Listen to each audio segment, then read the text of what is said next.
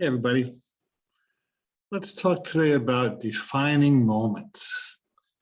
We all have turning points in our life where we make a decision that affects the rest of our life. And it's only in retrospect that we recognize how important that moment was. Great philosopher said that life must be lived forward, but it can only be understood backward. So hindsight is a great asset, isn't it? When I was a young man, I took up Orthodox Judaism, and I practiced very strictly for many years. And then I kind of broke away from the rituals and the laws, and I began to explore my spiritual path. And on that path, I encountered Jesus. Now, Jesus to me was not and is not a religious figure. He's a spiritual master and a spiritual guide. And I began to explore the rituals associated with Jesus. Not that I was becoming a Christian, but I thought it'd be cool to feel them from the inside out. And so one of my friends had a wedding, and he invited his buddies.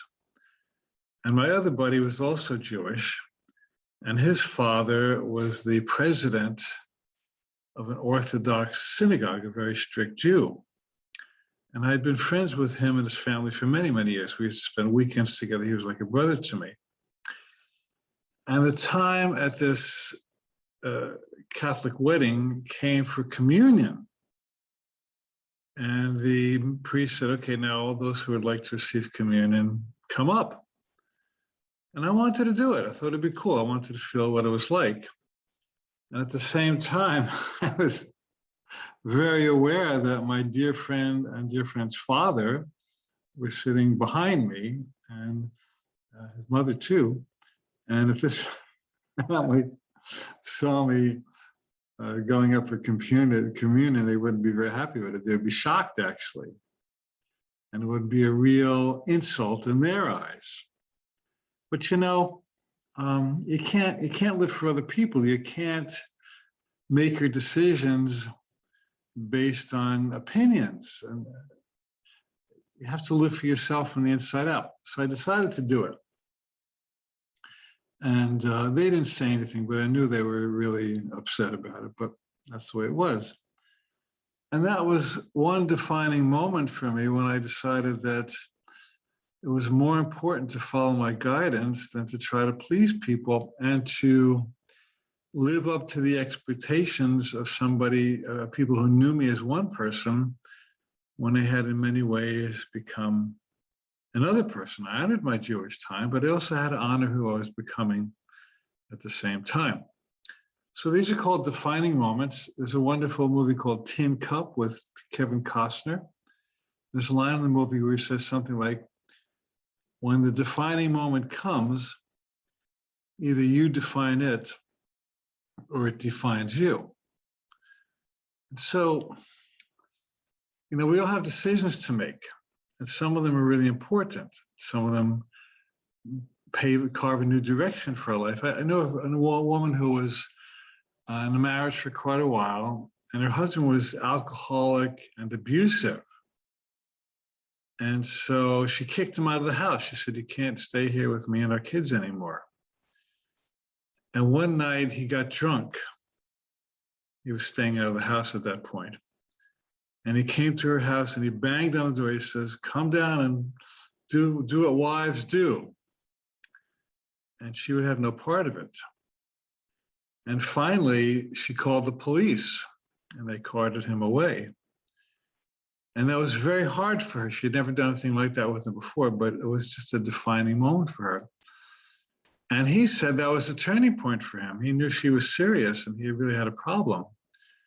So he cleaned up his act and he got sober. And I think they divorced, but they remained friends and they supported each other on new terms. He got over his alcoholism and he became a good parent to his children. And she said that was a turning point in my life when I had to do something brand new that changed the direction of everything that happened after that. Now, we also have defining moments culturally. The other night, I happened to see the Woodstock movie about the Woodstock Music Festival. And in retrospect, that was described as a moment that defined a generation. And it did. And so it was a time when all these people came together of one mind, and something new happened after that. There was a whole new stream of consciousness for young people at that time. It was a defining moment. And I once heard Abraham Hicks talk about the 9/11 attacks. And they said that they call it ground zero, but that was really a culmination point, a representation of tensions and angers and judgments and frustrations between East and West. And it was one event, but it represented two streams of consciousness in conflict, and it exploded literally in the form of that event. It was something that almost had to happen due to the energies that were leading up to it. You understand, it was not an incident unto itself, but it was representative of a lot of incidents that led up to it. And so at some point, we ceased to see life as a series of random events of people who just happen to show up. They don't. Nobody just happens to show up. Everybody shows up for a reason.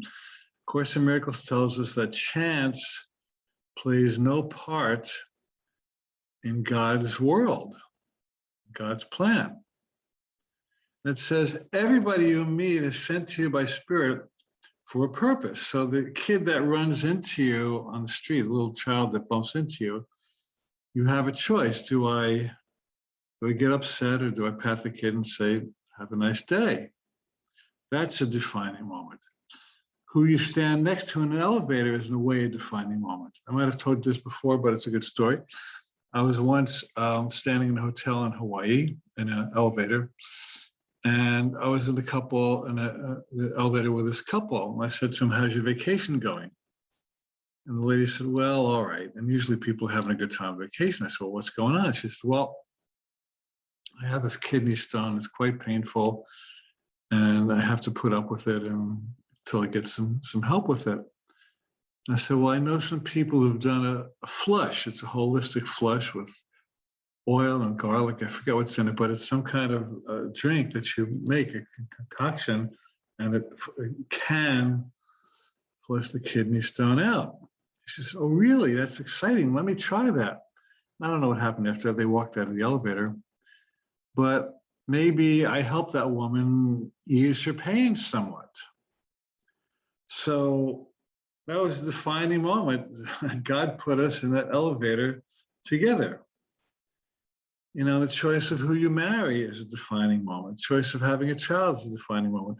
Choice of where you live is a defining moment. A choice of how you set boundaries or don't is a defining moment. Really, a series, every day is a series of defining moments where you either get to be chosen for by some apparently external force, or you choose by an internal intention.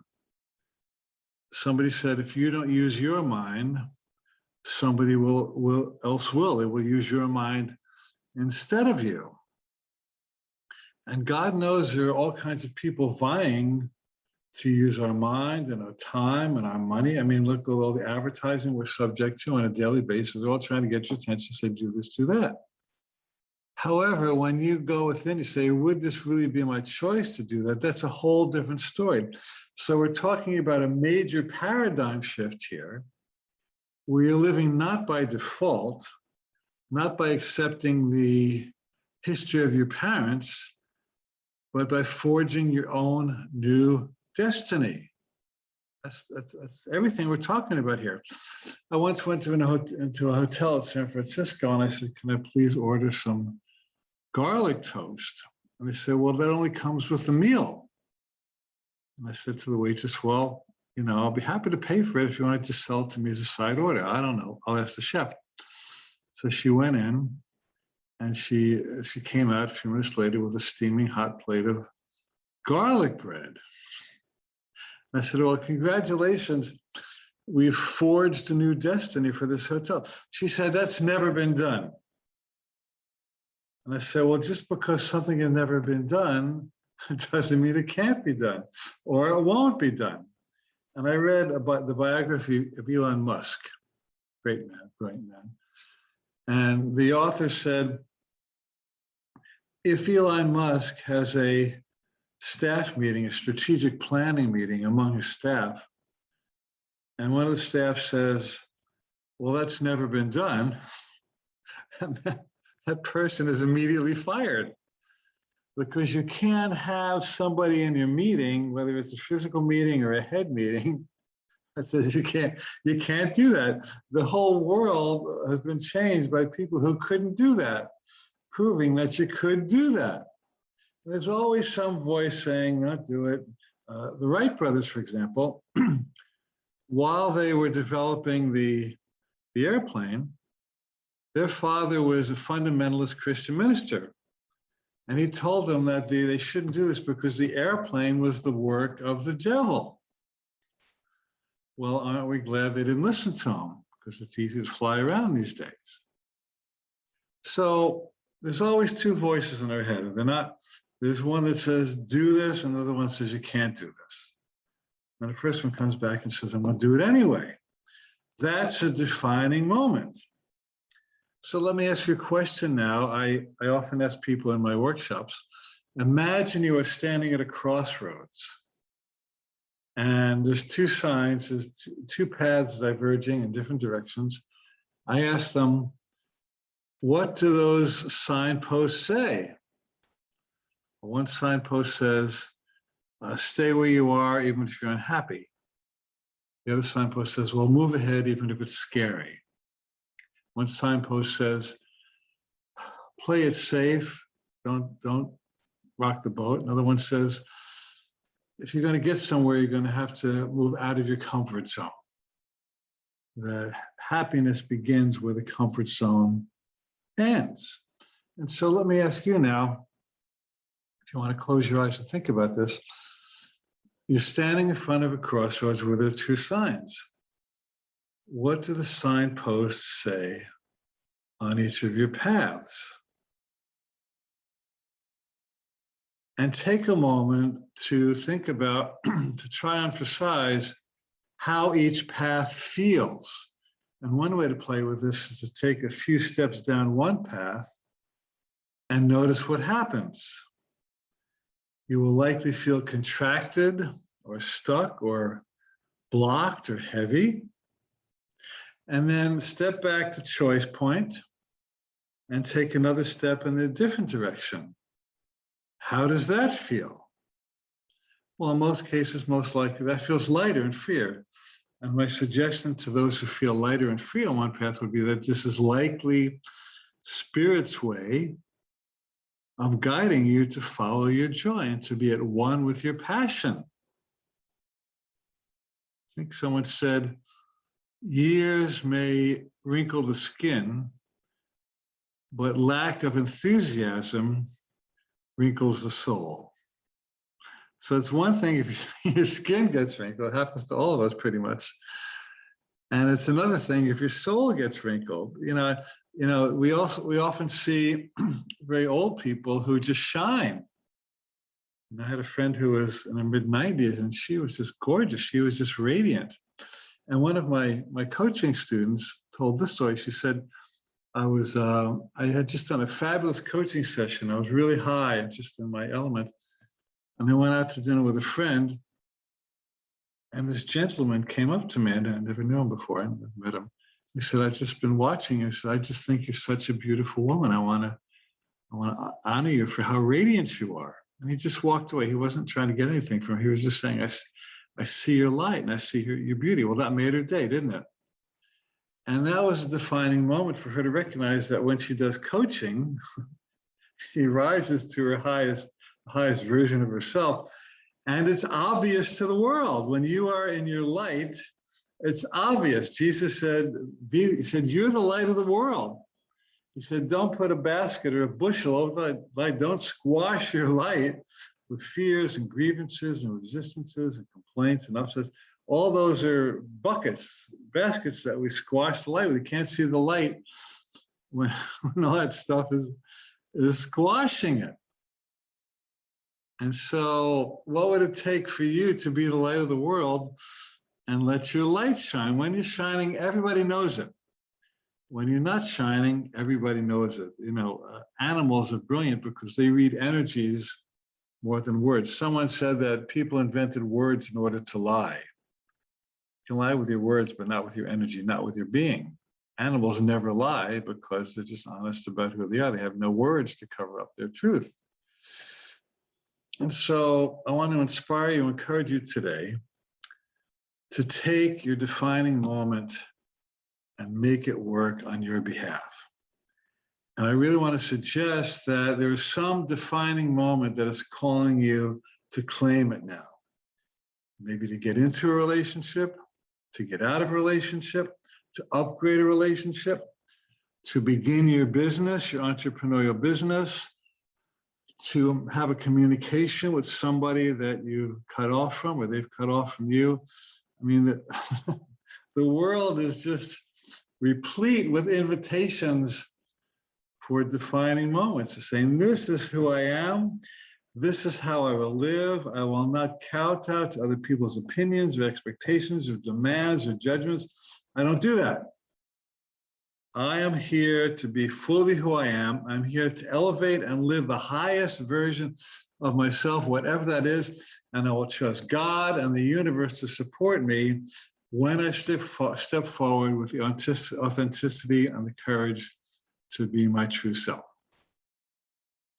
That's it. That's it. What else are you going to do here? That's it. There's no hidden message. There's no hidden meaning. There's no big surprise that's going to come.